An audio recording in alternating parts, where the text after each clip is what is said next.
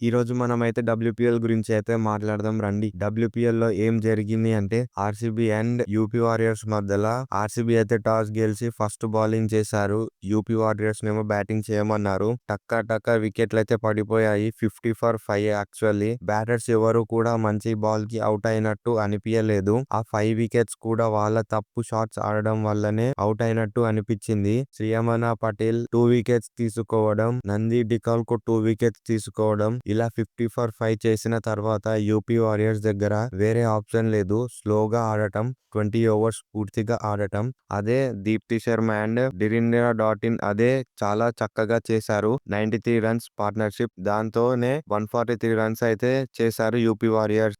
From the beginning ఈ high scoring venue ఆ స్టేడియంలో 143 సరిపోదు అని ఒక అంచనా ఉంటది ఎవరికైనా. అయినా ఆ అంచనాని అణిచివేసేలాగా గ్రేస్ హ్యారిస్ ఇంకా స్మృతి మందన అయితే స్టార్ట్ చేశారు చేస్ ఫర్ ఆర్‌సీబీ. గ్రేస్ హ్యారియర్స్ అయితే 85 స్కోర్ చేసింది. దీనికి ముందు జరిగిన మ్యాచ్ లో నేహా రాణా, సోఫియా డీవిన్ ఓవర్ లో 32 పరుగులు స్కోర్ చేసింది. అలానే గ్రేస్ హ్యారిస్ కూడా ఒక ఓవర్ లో డిరిండినా డాటిన్ ని 32 పరుగులు స్కోర్ చేసింది. ఏం చేస్తున్నారో ఎట్లా కొడుతున్నారో వాళ్ళకే తెలవాలి. గ్రేస్ హ్యారిస్ అయితే see the ball hit the ball అన్నట్టు ఆడింది. యూపీ వారియర్స్ కి అయితే ఎక్కడ ఛాన్స్ అయితే ఇయ్యలేదు. బౌలర్స్ అందరినీ ఉతికి ఆరేసింది. ఇంకోవైపు స్మృతి మందన అయితే 32 బాల్స్ లో 47 అయితే స్కోర్ చేసింది. నాట్అవుట్ గా ఉండే. ఇంకా దీంతో ఆర్‌సీబీ అయితే 2 విజయాలు సొంతం చేసుకుంది. ఆర్‌సీబీకి అయితే ఈ సీజన్ లో మంచి స్టార్ట్ దొరికింది అని చెప్పొచ్చు.